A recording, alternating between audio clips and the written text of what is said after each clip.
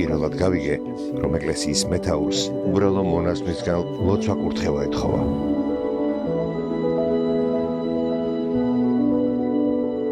თავის როგორც პატრიარქის მოვალეობად მიაჩნდა, ყოფილიყო მთელი ერის მამა და მთელი არსებით სურდა ერს დახმარებოდა.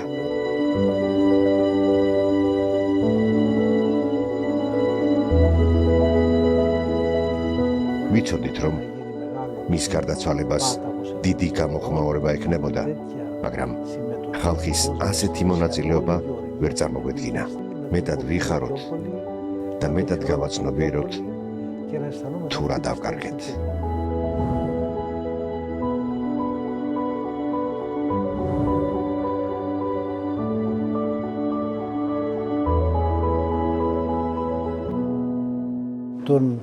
მაგარისტონ პატრიარქი ილია განსვენებულ პატრიარქ ილიას შეიძლება უწოდოთ თქვენი ერის ბურჯი.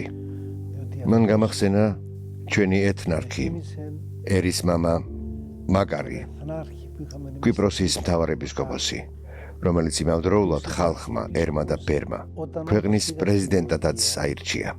საქართველოში რომ ჩავედი პირველად, დავინახე მოსახლეობის უდიდესი ნაწილის ერთგულება მისდამი. ამან მხოლოდ ნაწილობრივ გამაკვირვა, რამე თუ წინასწარ ვიყავი მის მიმართ დადებითად განწყობილი. 2004 წლის ათონზე მისი ვიზიტის შემდეგ. მაშინ მან სთხოვა, უბრალოდ კი აიძულა 20-ვე მონასტრის წარმომადგენელი მისულიყო მასთან სამღვდელმთავრო საყდარზე წმიდა კინოდის სხდომათა დარბაზში და დაელოცა იგი. ამ ამბავმა დიდი შთაბეჭდილება მოახდინა ჩემზე. პირველად გავიგე, რომ ეკლესიის მეთაურს უბრალო მონაზვნისგან ლოცვა კურთხევა ეთხოვა. იმ დროიდან იგი ჩემს გულში დამკვიდრდა და დიდი პატივისცემით განვიმსჯვალე მის მიმართ. რამდენიმე წელიწადში მისგან მიწვევა მოგვივიდა. ჩავედით და გავიცანით იგი. დიდი მამობრივი სიყვარულით მიგვიღო. მაშინ ჩვენი თვალით ვიხილეთ ის, რასაც ალბათ ყველა მოწმობს. მისი თავაზიანობა, ზრდილობა, მისი სიმდაბლე. მისდამი დიდი პატივისცემის გამო რამდენჯერმე შევაქე იგი და დავინახე, რომ არ მოსწონდა ქება. პირიქით, უფრო მეტი სიმდაბლით გვპასუხობდა. დიახ, მამაო, რასაც შემიძლია ვაკეთებ და საქართველოც მიყვარსო. ღმერთმა ამ ადგილზე დამადგინა და ჩემი სამშობლო ძალიან მიყვარსო, მაგრამ ყველაფერი, რასაც ვაკეთებ, მხოლოდ გარეგნულია. შინაგანი ცხოვრება არ მაქვსო, მაგრამ ეს ასე არ იყო. ჩვენთან შეკრებილებს ეუბნებოდა, თქვენ არ იცით, რამდენად მნიშვნელოვანია ათონიო. როცა კაცი წმინდა მთასცემს პატივს, ეს რას ნიშნავს? ათონის პატივისცემა და დაფასება რას მიანიშნებს? იმას, რომ თვითონ ამ კაცს აქვს შინაგანი ცხოვრება. ასე გვასწავლიდნენ ჩვენი მოძღვრები. ამიტომაც, რადგან პატრიარქს ჰქონდა შინაგანი ცხოვრება და მისი ყურადღება სწორედ საკუთარი გულისკენ იყო მიმართული, ეს გარეგნული ქებადიდება და ხალხის მიერ გამოხატული სიყვარული მის გულს კარგი გაგებით არ ეხებოდა. თავის როგორც პატრიარქის მოვალეობად მიაჩნდა, ყოფილიყო მთელი ერის მამა და მთელი არსებით სურდა ერს დახმარებოდა, რადგან ჰქონდა მუდმივი განწყობა თავისი ხალხისთვის თავი დაედო. მსხვერპლი გაეღო, იყო ნამდვილი მწყემსი კეთილი. ამიტომაც მიგვიღო ძალიან თბილად, თუმცა ყველას თბილად იღებდა. წმინდამთა უყვარდა, განსაკუთრებული პატივით მიგვიღო ოფიციალური მიღების დროსაც, ტრაპეზზეც, ტაძარშიც, პირად საუბრებშიც. ჩემზე სხვათა შორის დიდი შთაბეჭდილება მოახდინა იმან, თუ როგორ უყვარდა ფსალმუნის სიტყვები, 7 გზის დღესა შინა გაქებდი შენ. იმასაც კი ამბობდა, ჩემი პატრიარქობის ყველაზე დიდი მიღწევა ის არის, რომ მრავალი ადამიანი დავარწმუნე დღეში 7-ჯერ ილოცონო, სპეციალური ლოცვანიც გამოსცა. ვფიქრობდი, ამდენი რამ გააკეთა ამ კაცმა და ეს მიაჩნია მეთქი ყველაზე მნიშვნელოვან მოვლენად. მაგალითად, იქ მოგვიყვეს, რომ მასთან რჩევის საკითხავად მთავრობის წევრები მიდიოდნენ. ისინი წავიდოდნენ და ოპოზიცია მიდიოდა. ეს კაცი ყველას მთელ ერს იზიდავდა თავისთან. ყველა პარტია აღიარებდა მას. ყველა ითვალისწინებდა მის აზრს. რადგან იცოდნენ, რომ ობიექტურ სიტყვას იტყოდა, გულიდან ამომავალ სიტყვას იტყოდა და არა ანგარებით ნაკარნახებს. ყველა ენდობოდა მას და ამიტომაც, როგორც გითხრეს, მრავალჯერ იხსნა ქვეყანა გარდაუვალი სამოქალაქო ომისგან. საოცარია, როგორი გონივრულობით, როგორი სიბრძნით, როგორი ოსტატობით განაგო ეკლესიის საქმეები კომუნიზმის დროსაც და კომუნიზმის შემდეგაც და შეძლო არ დაპირისპირებოდა სახელმწიფოს, რასაც ყოველთვის ცუდი შედეგები მოჰყვება. ამ ყველაფრის გამო ყოველთვის დიდად ვაფასებდი მას, ხოლო მისმა მიცვალებამ მთელი არსებით შეგვძრა. კი, ვიცოდით, რომ მის გარდაცვალებას დიდი გამოხმაურება ექნებოდა, მაგრამ ხალხის ასეთი მონაწილეობა ვერ წარმოგვედგინა. ფაქტობრივად, მთელი საქართველო ესწრებოდა მის დაკრძალვას. ისეთი უდიდესი მოვლენა იყო, რომლისნაირსაც ხშირად ვერ ვხედავთ. მთელი მართლმადიდებლობა შეძრა და არა მარტო. მუსულმანებმა, თურქეთის და სხვა მუსულმანური ქვეყნების მთავრობებმაც კი მიუსამძიმრეს საქართველოს. ეს იმიტომ, რომ პატრიარქს ჰქონდა სიმდაბლე და პატივსცემდა ნებისმიერ ადამიანს, გინდ მუსულმანი ყოფილიყო, გინდ კათოლიკე, გინდ მართლმადიდებელი. მიუხედავად იმისა, რომ მართლმადიდებლობის მიმართ უერთგულესი იყო, ყველა შემხედრს პატივსცემდა. საზოგადოების რაფენისა თუ რელიგიის წარმომადგენელიც არ უნდა ყოფილიყო. რადგან იყო გასაოცარი ადამიანი, ისეთი მადლიანი, ისეთი მშვიდი იყო, რომ შემიძლია ვთქვა, ჰქონდა მადლის სისავსე. და როგორც წმიდა წერილში წერია, კაცის გულს თუ უხარია, სახეც უყვავისო. ასევე იგიც ასხივებდა ამ მადლს და ყველა, ვინც მასთან შედიოდა, გინდ უცხოელი, გინდ უცხორჯული, გინდ სხვა რამ უცხო აზროვნებისა, მისგან გამოდიოდა კმაყოფილი და სიხარულით სავსე. მათ გულს ერთხელ და სამუდამოდ იპყრობდა და მათ გულებში იმკვიდრებდა. იყო ადამიანი, რომელიც მთელ ერს ატყვევებდა, თანაც ისე, რომ ასეთი მიზანი არასდროს ჰქონია. ყველაფერი თავისით ხდებოდა. ასეთი ნიჭი ჰქონდა ღმერთისგან. იქნება მას თვითონაც ვერ ხვდებოდა. ასეთი მადლიანი მოქცევა მისთვის იყო ბუნებრივი, რადგან პატივს მიაგებდა ადამიანის პიროვნებას. დაცემული ბუნების მქონე ადამიანისთვის დამახასიათებელია ვერ გაიგოს ბოლომდე, ვერ დააფასოს ის, რაც აქვს.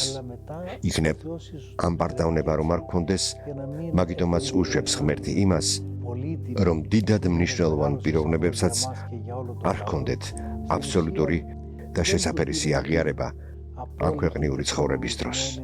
ხოლო როდესაც სულიერად მნიშვნელოვანი ადამიანი გარდაიცვლება, მადლი უკვე აშკარად მოეფინება ყველას, რათა მეტად დავაფასოთ, მეტად შევიყვაროთ იგი, მეტად ვიხაროთ და მეტად გავაცნობიეროთ თუ რა დავკარგეთ. სხვაგანაც ვახსენე, რომ მისმა დაკრძალვამ ბასილი დიდის დაკრძალვა გაგვახსენა. იმდენი ხალხი იყო, რომ ასეთი რამ რამდენიმე ასწლეულში ერთხელ ხდება.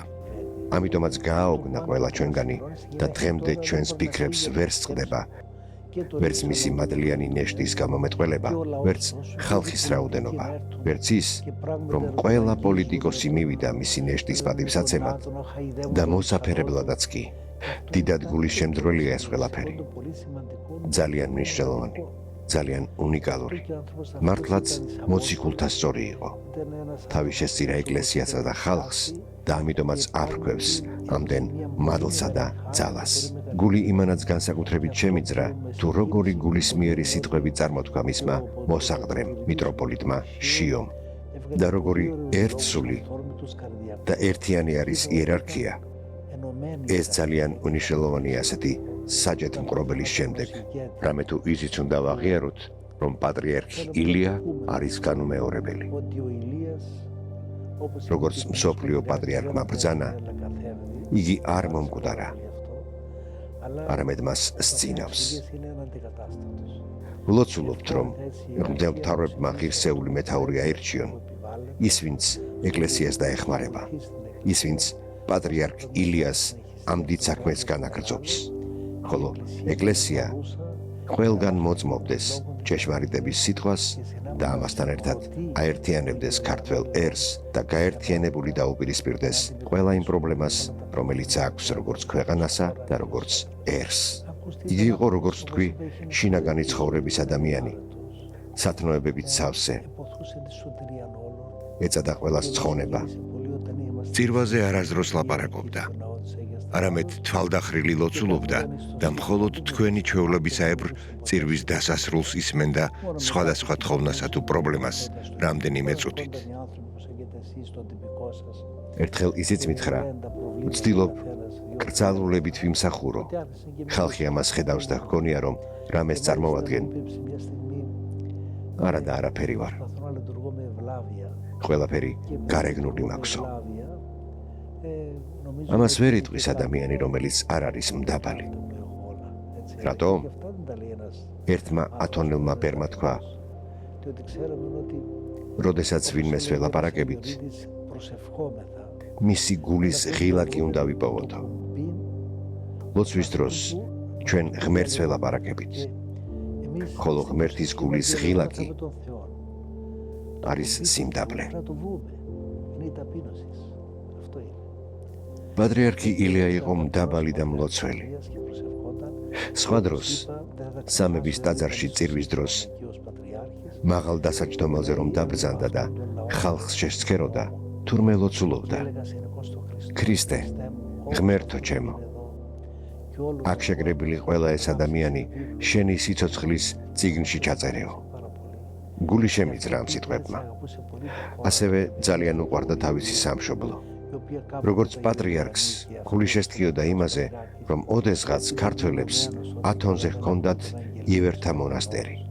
მოგვიანებით კი ერთი კელიაც აღარ დარჩათ.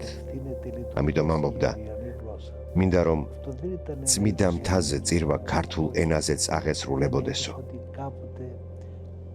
ეს არ იყო ნაციონალიზმის გამოხატულება, არა, არამედ რადგან იცოდა, რომ წარსულში ათონზე წირვა ქართულადაც აღევლინებოდა, სურდა ეს აღმდგარიყო.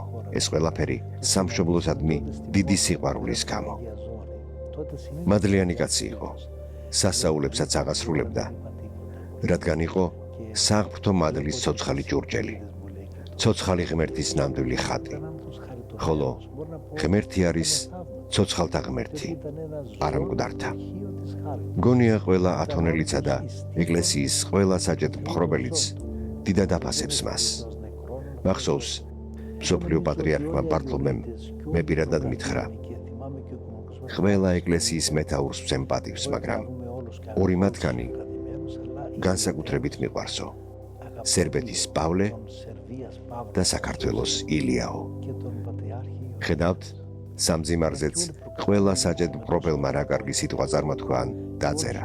ამიტომაც ჩვენი მონასტრის კრებამაც გადაწყვიტა, რომ ერთი წელიწადი ყველა ღვთისმსახურებაზე მოვიხსენოთ მისი სული. არა იმიტომ, რომ მას ახლა ჩვენი ლოცვები სჭირდება, არამედ რადგან გვიყვარს და პატივს ვცემთ მას.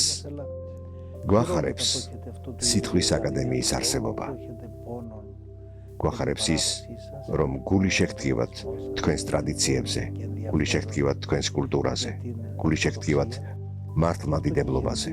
მივესალმებით თქვენს მცდელობებს და ლოცვით გისურვებთ, რომ ღმერთი შეეწიოს სიტყვის აკადემიის თაოსნებს, რათა ქართველ ერს სწორი სულიერი საზრდელი მიაწოდონ.